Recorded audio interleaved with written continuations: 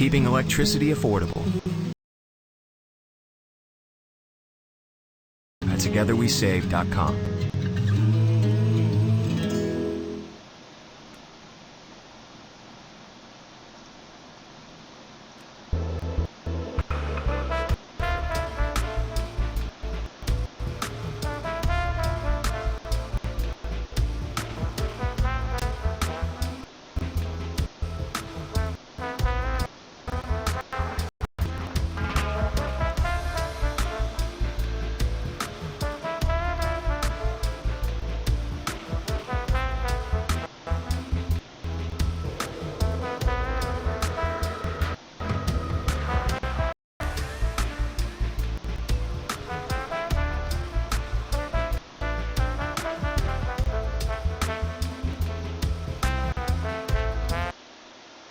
Thai markets as well.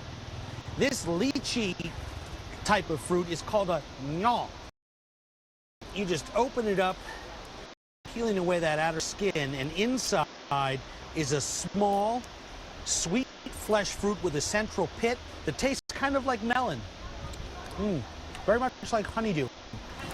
There's no mystique to the fact, however, that Asians are very close to their food sources. Now in Thailand, bugs, grubs, worms, all these types of insects and larvae are a major source of protein.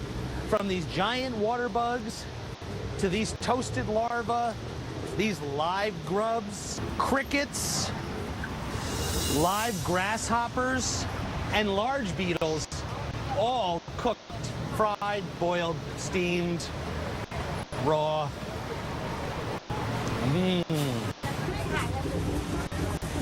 Now, hidden amongst some of the most unusual and beautiful mushrooms and herbs I've ever seen are some ant larvae, giant ant larvae. Yes, you can eat them. And these little bad boys over here, tadpoles.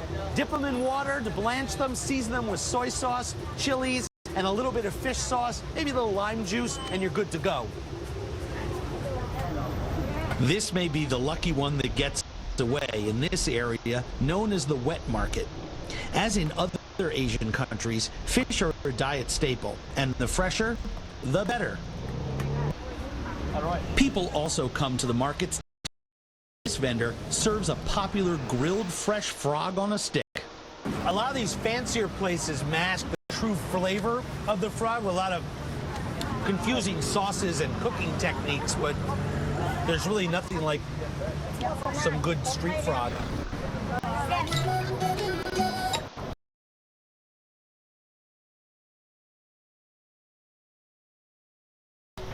Eggs are also a large part of the Asian diet, and the variety here is incredible.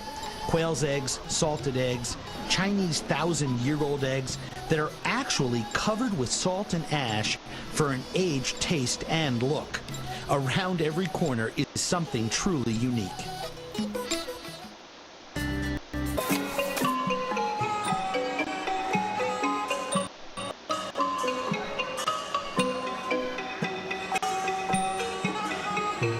We left the bizarre foods of urban Bangkok for mystical Chiang Mai in northern Thailand. This picturesque area is known for its enthralling scenery, ancient temples, elephant rides, night markets, and a simple Chiang Mai. The locals flavor their foods with an exotic blend of seasonings and spices. They love fiery little red and green chilies, and they use an awful lot of curries to season their foods, all of which adds up to quite the culinary adventure. People come to Chiang Mai for the scenery, and driving up into the hills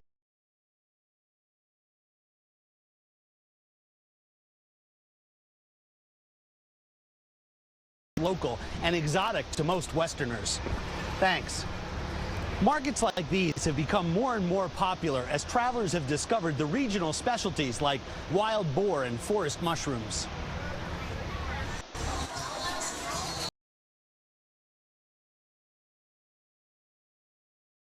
Game, rodents, bugs, and insects. As the stands became more popular, jungle markets like this one took over the business, and today they offer a wider variety of unique foods such as wild boar,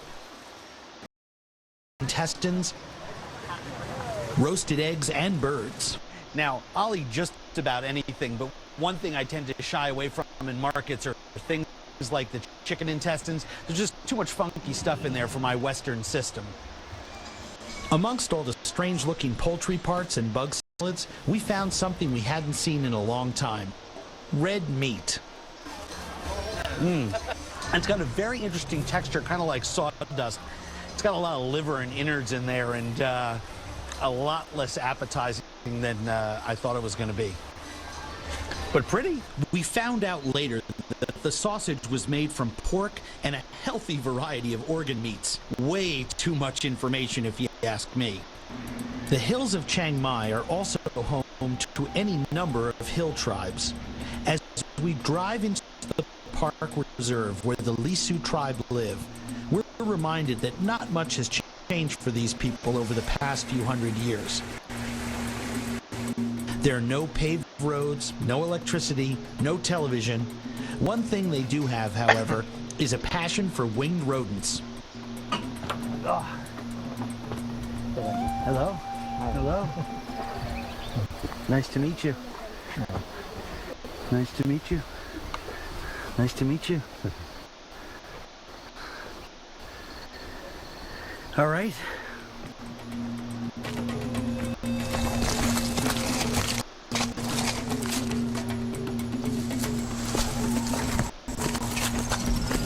If you guys get tired, let me know.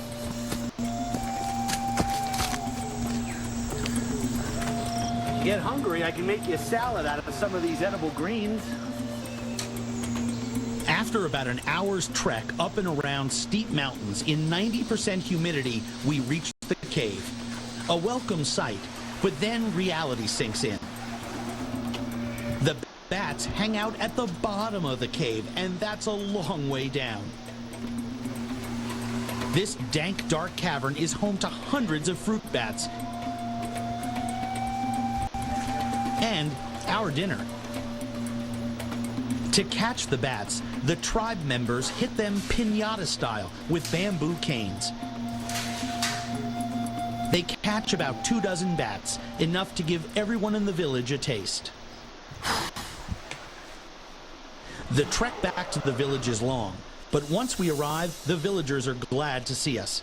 Because they only eat bat about once a month, this is a special dinner time treat for everyone. The first step in cooking bat is to skin them. After knocking them unconscious, the tribesmen hold the bats over the open fire to remove the skin. Then they heat up a wok, and in typical Thai style, add oil and chilies. Well, I'll tell you, the smell of that is very, very pungent.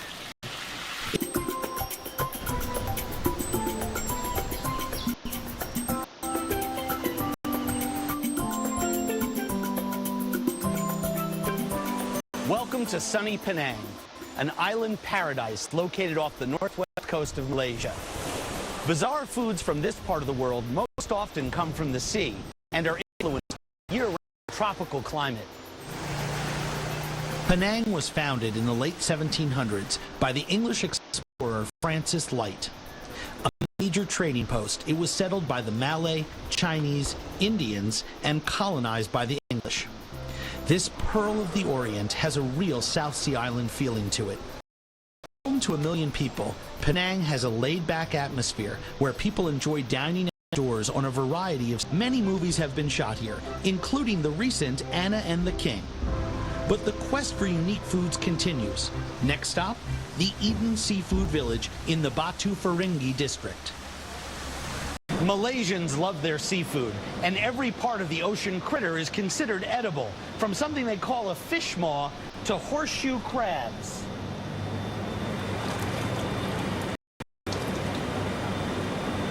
Now that's fresh.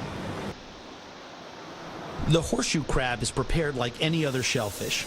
The difference is that this dish highlights the roe, which is pretty much the only real protein available from this type of crab.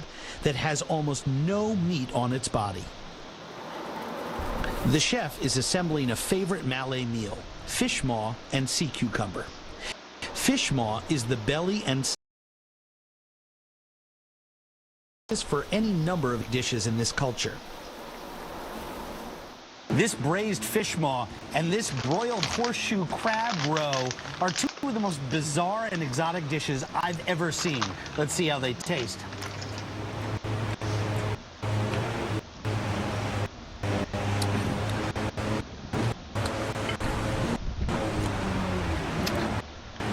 Very musty.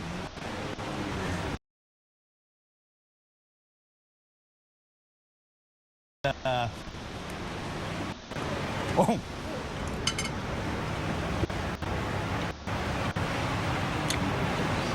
This is hard to get down.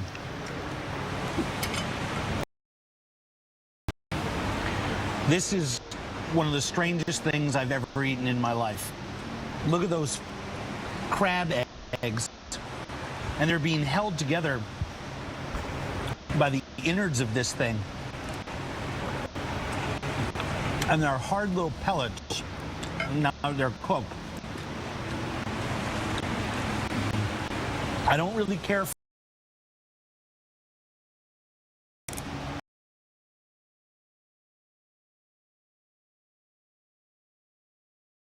sauces the chef put in there. Does that look strange or what?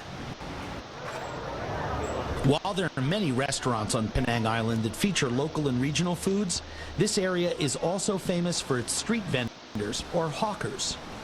There are more than 125 types of dishes sold at street hawker stalls in Penang.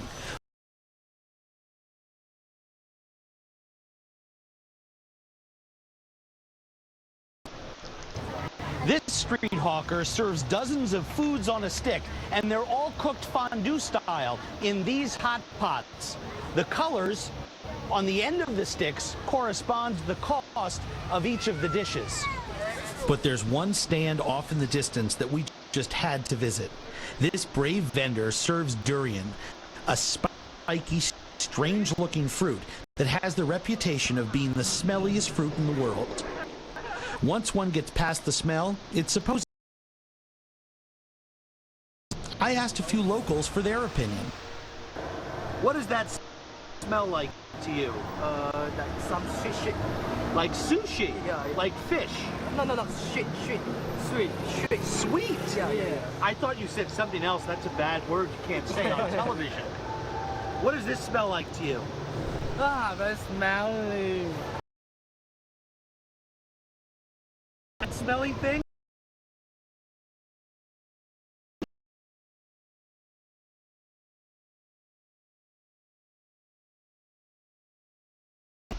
I'm not convinced, and am inclined to believe this little fella who has a very definitive opinion. Finally, an honest reaction. The durian fruit has quite a reputation throughout Asia. It smells so repulsive that it's not even permitted inside hotels or on public transportation. Penang just happens to be one of Southeast Asia's largest suppliers of durian, and we traveled to an orchard just outside of Georgetown in search of this odd fruit.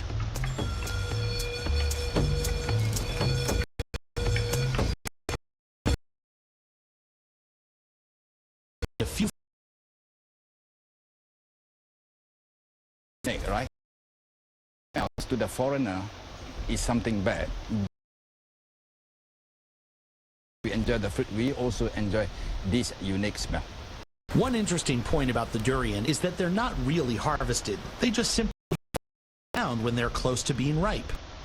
Because they're so heavy and can actually knock you out, their nets stretch throughout the orchard to catch the falling fruit. The smell.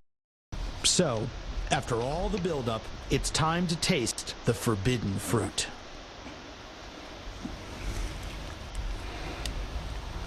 Come on, try it.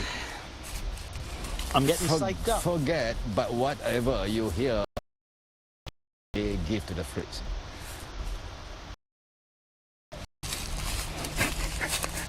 Oh,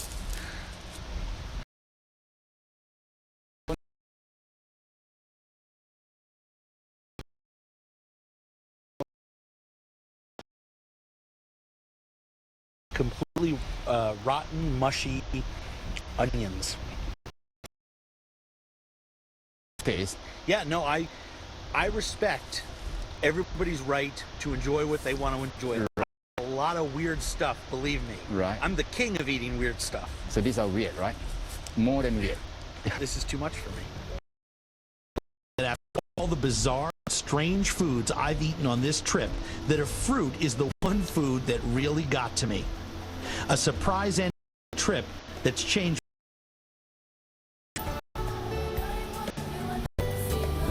I've eaten some pretty bizarre foods in Asia, from beating fries, stir-fried bat, braised fish maw. And one of the things that I've learned is what may seem strange and exotic to see, just an everyday snack on the other part of the world. Let's go, boys.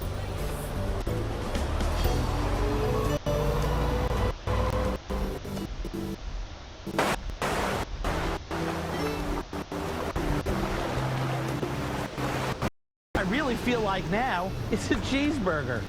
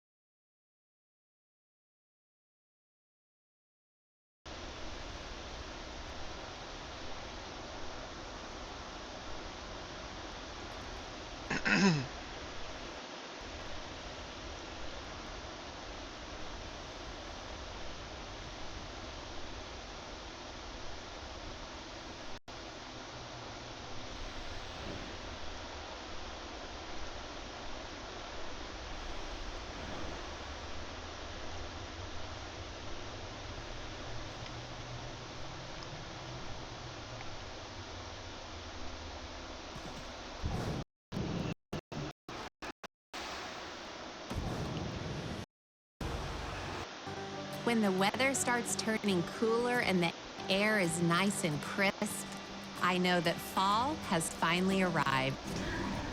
And with it, all the flavors of the season. Fall is all about bringing people together around delicious food. And each recipe brings as much enjoyment as the company. Low prices on everything you need to make every meal more memorable. Walmart.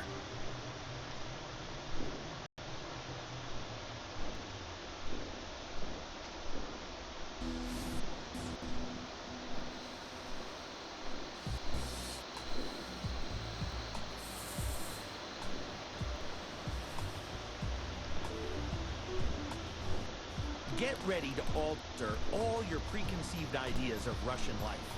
This is a country in the midst of an evolution, from old world traditions to modern conveniences. The old guard to free thinkers. This once communist society now has rich, poor, and most importantly, an upwardly mobile middle class. Almost everyone here can have a taste of the high life, especially when it comes to the food. After centuries of political and economic upheaval, the one constant for the Russian family has always been the cuisine. The wild card in all this has been the post-perestroika abundance. The meal still centers around meat and potatoes because they're the perfect comfort food for the long Russian winters. The St. Petersburg restaurant, well, it's an international city, so they still cater to young people.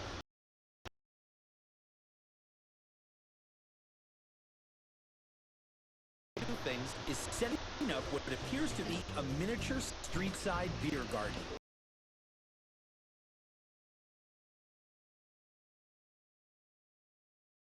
A low-alcohol beer-type drink, popular throughout Russia and Slavic Europe. It's with rye or pumpernickel bread. The Russians consider it so tame that they've nicknamed it children's beer. I wonder who's serving the children's vodka. It's considered to be the most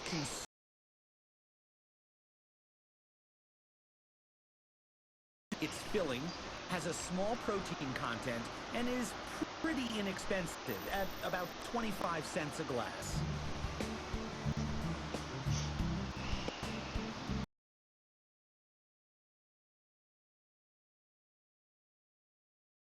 To the nearest Bellini stand. There's practically one on every corner. Sweet blinis on the top that range in price from, about $1 to about $1.50. $2 will get you one of any half a dozen to a dozen types of savory blini, stuffed with herring, ham and cheese, chicken, pork, wild mushrooms and cream. When in Russia, you gotta go with the herring. Blinis have been around for centuries, known originally as blintzes or blins, essentially a meal to go. Blinis were supposedly once left on windows.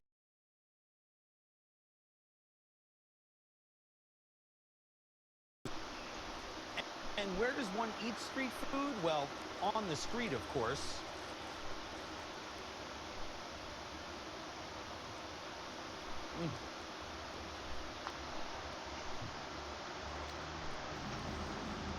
Wow.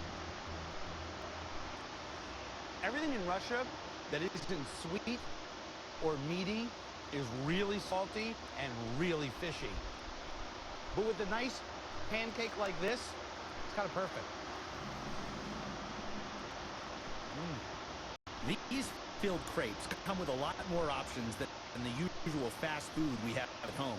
When the cooks here found out that I was a chef, they invited me inside to try my hand at blini making. Wow. Small.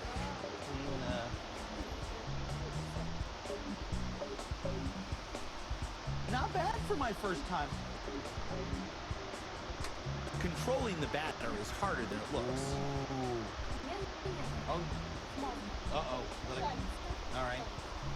Pujaritsa. That means leave it alone, wise guy.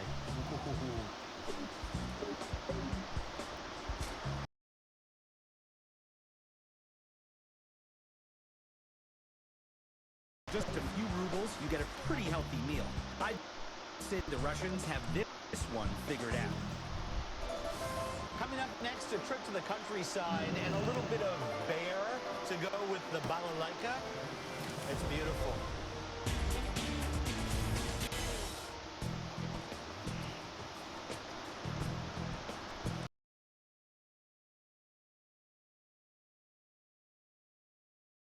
London. Named after Peter the Great, it was the capital of the Russian Empire for more than 200 years. Although that status changed after the Russian Revolution of 1917, it's still a thriving European cultural center. One of the premier sites is the Catherine the Great Palace on the southeast side of the city. The grounds have been a favorite gathering place for artists and poets for centuries. And right next door, another social center for my favorite art form. This traditional log home, or izba, is an authentic Russian-style restaurant. If you have a wedding, a family celebration, or other festive event, this is where you go. Podvorye.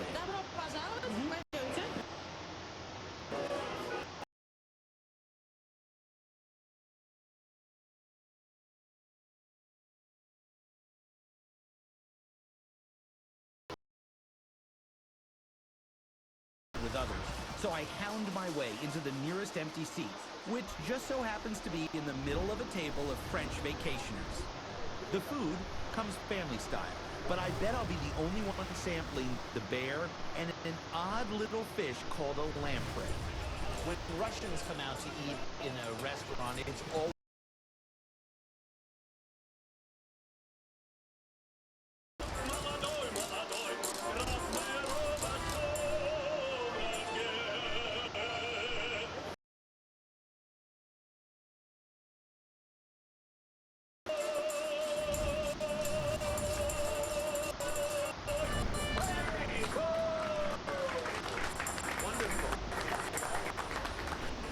Russian folk music adds the ambiance throughout the meal, which in this case is a multi-course arrangement, beginning with pickles and tomatoes and a dish of salo, sliced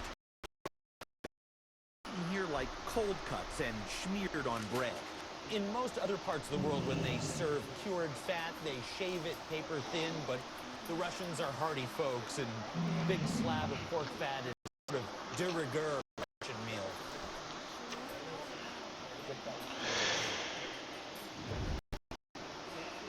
Wow. It's like bacon without the meat. Next up, the gnarly-looking lamprey. They're mud-dwelling predators that feed off the blood of a host fish. Historically, lampreys were peasant food, popularized when Russians couldn't afford anything else. Supposedly, it helped to pickle them.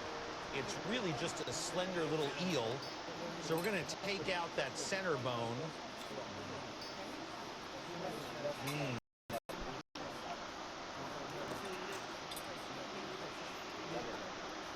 I've had a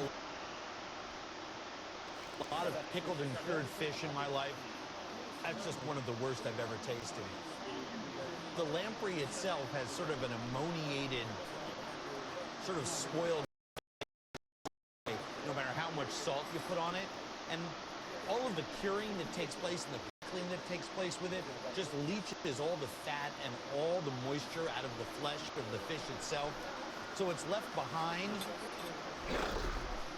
is a very tough, salty, pickled, ammoniated piece of nasty fish. One thing that I can say definitively about pickled Russian lamprey, it's not good. I'm ready for the main dish, brown bear. The chef, he starts with ground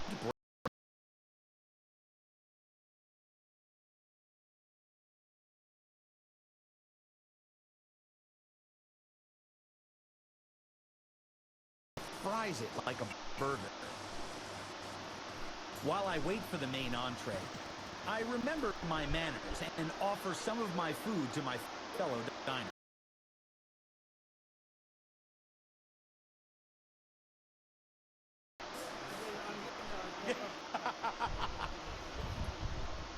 Let's try it. They balk now, but wait until they see the bear.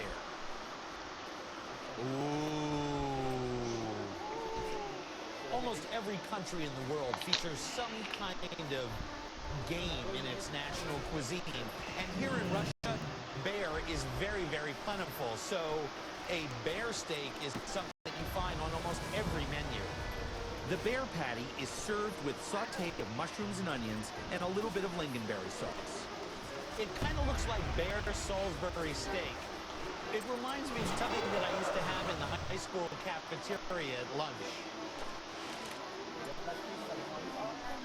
A little bit fatty, a little bit greasy, a little bit gamey, but all in all, quite tasty. It's got that same kind of rich, minerally aftertaste that you associate with very large animals.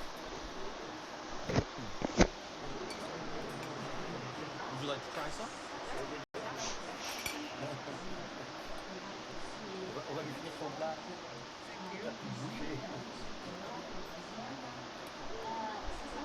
Right? Not bad. But Vorie does not disappoint. Russian folk music, period costumes, the food of the czars and the peasants, and some great camaraderie. You guys are the best.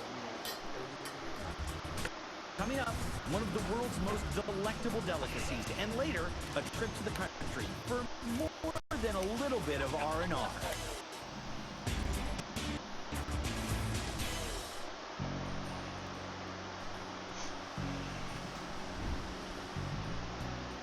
Taking in the sights of St. Petersburg, you can't help but notice similarities between this city and a famous Italian port city.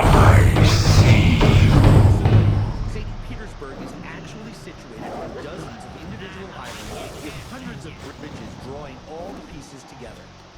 It's a spectacular puzzle featuring some of the finest architectural styles of the 17th and 19th centuries. And when it comes to exquisite hotels, well, this is the jewel in Europe's crown. This is the Grand Hotel Europe, one of the world's great luxury hotels and a national landmark. Everything about this hotel is indeed grand. The marble floors, stained glass, even the furniture and artwork. All of it is authentic and true to the hotel's 1875 roots, blended in with all the creature comforts of the modern era. Every room here tells a story, according to hotel manager Thomas Knoll. Yeah, this is our famous billiard room, not because we play billiard here anymore nowadays, but a lot of famous meetings are happening in this room. I would say it's probably the most secure meeting room in town. The hotel is not just a business destination, but is also one of the finer places to dine in this city. They're renowned for their signature handmade chocolates, their extensive vodka selection, award-winning Cuban cigars, but it's my desire to indulge in one of the world's great delicacies that brings me here. What better place to start than in the kitchen? The chef is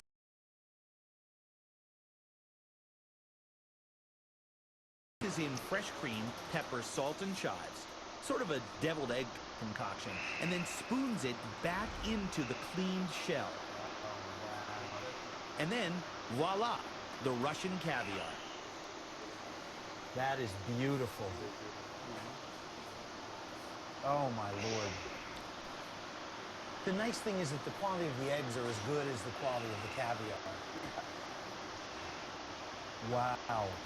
Caviar is Russia's most revered culinary contribution to the world. For hundreds of years, the deep, cold seas surrounding this country have provided excellent breeding grounds for the sturgeon fish. These large fish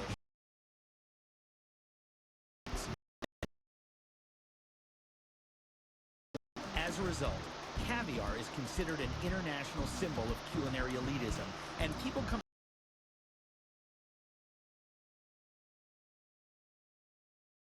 known in the city, and as the largest consumer of sturgeon roe in St. Petersburg, it's the only establishment allowed to open each and every can and taste it before they buy it. How long ago was this process? I would say not more than 2 weeks ago. The fish was still in the water, this caviar.